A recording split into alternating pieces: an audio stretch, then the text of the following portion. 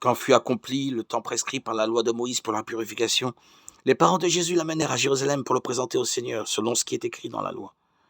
Tout premier-né de sexe masculin sera consacré au Seigneur.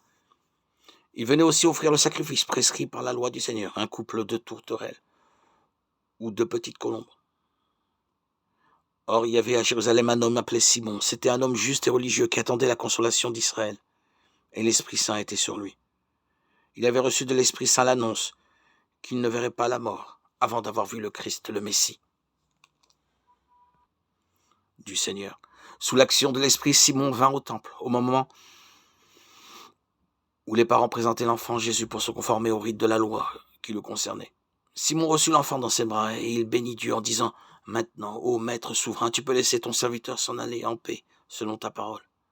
Car mes yeux ont vu le salut que tu préparais à la face des peuples, lumière qui se révèle aux nations, et donne gloire à ton peuple Israël. » Évangile de Jésus-Christ selon saint Luc 2, 22-40. Lorsque nous faisons mémoire de ce qui eut lieu ce jour-là à Jérusalem, nous sommes nous aussi invités à entrer dans le temple pour méditer le mystère du Christ, Fils unique du Père, qui à travers son incarnation et sa Pâque est devenu le premier-né de l'humanité rachetée. Lumière des nations et gloire d'Israël. Ces paroles prophétiques sont prononcées par le vieillard Simon, inspiré par Dieu lorsqu'il prend l'enfant Jésus dans ses bras.